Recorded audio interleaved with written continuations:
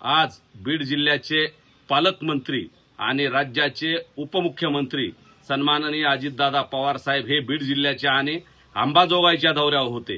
विशेषतः अंबाजोगाईतल्या अनेक मान्यवरांच्या त्यांनी भेटी घेतल्या, परंतु दुर्दैवानं त्यांना स्वराती हॉस्पिटलमध्ये ऍडमिट असलेल्या शिवराज भैया दिवटे यांची भेट घेणं टाळलेलं आहे। दादांच्या या कृतीबद्दल मराठा समाजामधून तीव्र प्रतिक्रिया येत आहेत।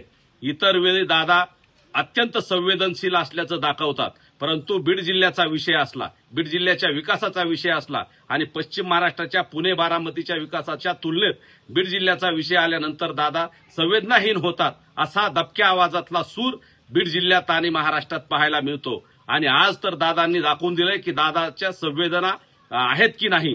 दादा अत्यंत कोत्या मनाचे आहेत आणि म्हणूनच ते शिवराज भैया दिवटे यांना भेटायला गेले नाहीत। याबद्दल समाजातून तीव्र प्रतिक्रिया आहेत आणि त्याचा आम्ही दादांच्या या कृतीबद्दल समाजाची नाराजी व्यक्त करतो। दादांच्या या भावनेचा आम्ही धिक्कार करतो। तसेच माननीय अजितदादा पवार साहेब हे बीड जिल्ह्यातील गुन्हेगारी कमी करण्यासाठी, गुन्हेगारीचं समूळ उच्चाटन करण्यासाठी किती संवेदनशील आहेत हे यातून दिसतंय। यातून त्यांचा असंवेदनशीलपणा सुद्धा दिसून येतंय, हेही तितकंच महत्वाचं आहे।